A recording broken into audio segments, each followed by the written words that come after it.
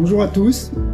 Quelques mots sur Hanouka. Hanouka, c'est connu, c'est la fête des Lumières. Pourquoi la fête des Lumières? Après tout, c'était avant tout une victoire militaire. On sait que la Grèce antique, par le biais de ce qu'on appelle les Séleucides, qui étaient installés en Syrie, avait envahi la Judée et dominé pendant plusieurs dizaines d'années, jusqu'à un point où ils ont complètement obligé les enfants d'Israël à suivre leur culture. Pourtant, on fait ça sur la lumière. Pourquoi? Parce que lorsque les Hashmonaïm, les Hasmonéens, ont récupéré le temple, ils l'ont récupéré et ils ont cherché à rallumer la fameuse menorah, mais cette fois-ci en trouvant une huile qui était pure. Alors, il y avait de l'huile d'olive pour allumer la menorah, on l'allumait tous les jours au temple, mais ils ont cherché quelque chose qui n'avait pas été souillé, quelque chose qui était resté complètement pur. Et lorsqu'ils ont trouvé cette fiole, finalement, ils ont allumé, et au lieu que ça dure un jour, suivant la quantité d'huile qu'il y avait, finalement, ça a duré 8 jours, et depuis, on fait le miracle pendant 8 jours, et donc on a gardé la fête de Hanouka par rapport à ce miracle de la lumière. Alors, la lumière, oui, mais on voit que c'est par rapport à l'idée d'huile pure. Alors, il va falloir qu'on développe, qu'on explique ce que ça veut dire l'huile pure.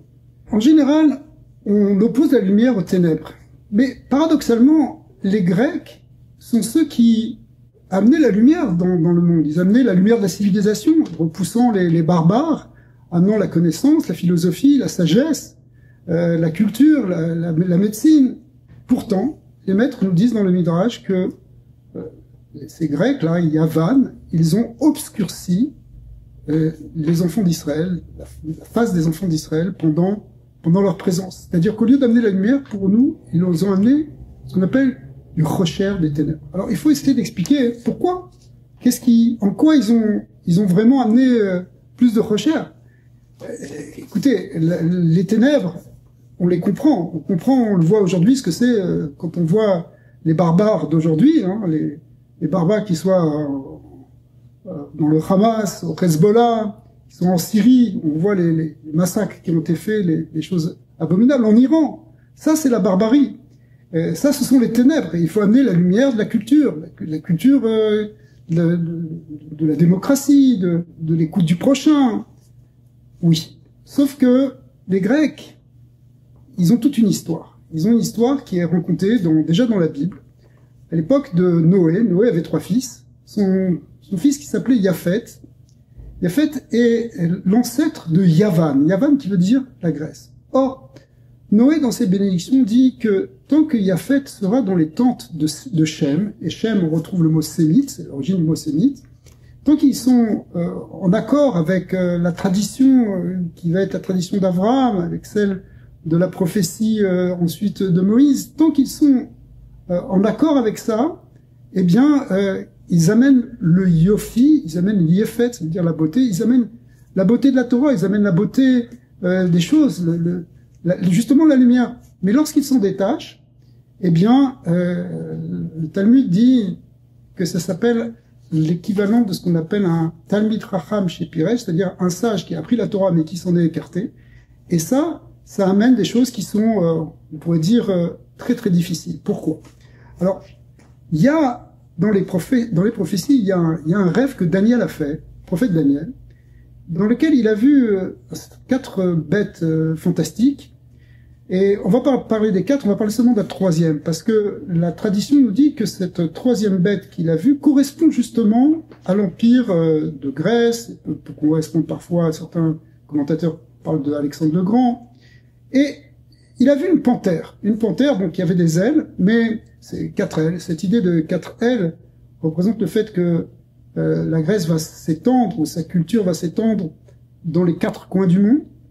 Une panthère, qu'est-ce que c'est qu'une panthère? Une panthère ou un léopard? Alors le Rambral dit que il a une pelure blanche, mais avec des taches noires. Ces taches noires représentent justement l'obscurité qui réapparaît à un certain moment. C'est-à-dire que aussi bien il peut sembler lumineux, il peut sembler amener la lumière dans ce monde, mais il peut ressortir une certaine noirceur. Alors, un peu comme si vous prenez un objet rouillé, vous mettez de la peinture, mais au bout d'un certain moment, de quelque temps, eh bien, la rouille ressort. Pourquoi? Parce qu'elle n'a pas été enlevée, elle était toujours là. Elle était sous une couche de peinture. On peut dire que c'est ce qu'on voit aujourd'hui, malheureusement, dans le monde, pas simplement occidental, mais dans le monde entier, on a deux sortes d'ennemis, donc, Israël. Il y a les vrais barbares, ceux qui veulent nous attaquer, qui ont fait les massacres qu'on a connus le 7 octobre et qu'on continue de connaître avec des attentats effroyables qui visent des civils. Ça, c'est la barbarie. Mais il y a aussi ceux qui nous attaquent derrière une image bien pensante, justement, de la démocratie, de la justice. Alors, on va voir des tribunes à l'ONU qui sont focalisées totalement sur Israël. On va voir des présidents, ça peut être en France, qui jouent avec l'antisémitisme. On va voir la CPI qui représente la justice faire preuve d'une pure injustice vis-à-vis d'Israël. Et donc on a ici cette idée de ces taches qui ressortent dans la fourrure de la panthère, c'est-à-dire le côté obscur qui se cache derrière le côté lumineux. Oui, il y a de la lumière, mais cette lumière, elle est impure. C'est ça, cette huile qui servait à allumer, on cherchait à ce qu'elle soit pure. On cherchait qu'elle soit celles qui viennent de la tradition d'Israël, celles qui viennent de l'adéquation avec la parole divine.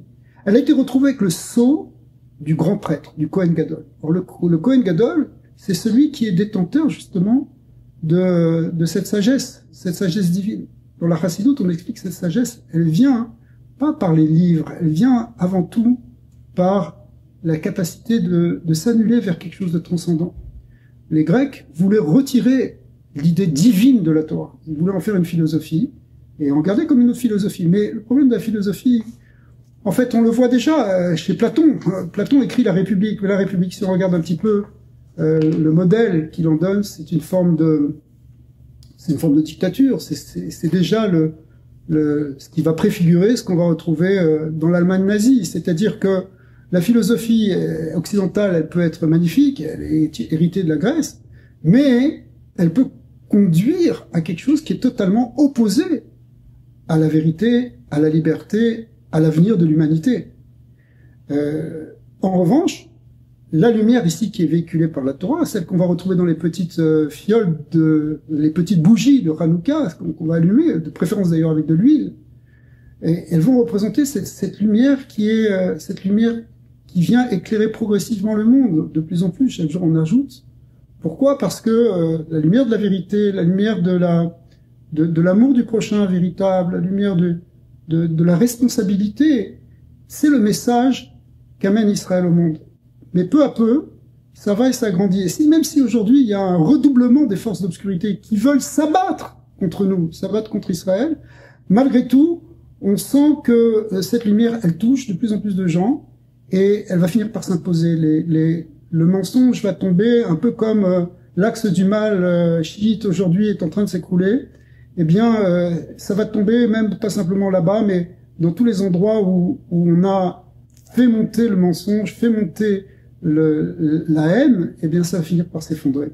Pourquoi? Parce que un petit peu de lumière repousse beaucoup d'obscurité. Alors, je vous souhaite à tous Hanouka Sameach, que vous puissiez amener la lumière dans vos maisons, dans vos cœurs déjà, dans vos maisons, autour de vous. L'idée de Hanouka, c'est pas simplement pour soi, mais c'est pour faire rayonner dans le monde entier. Alors on souhaite à tous que ces 8 jours de Hanouka soient plus que lumineux. Ils amènent la véritable lumière du Oro Shel Olam, d'Hachem, avec le Mashiach Tzidkenu. Chag Sameach, Hanouka Sameach.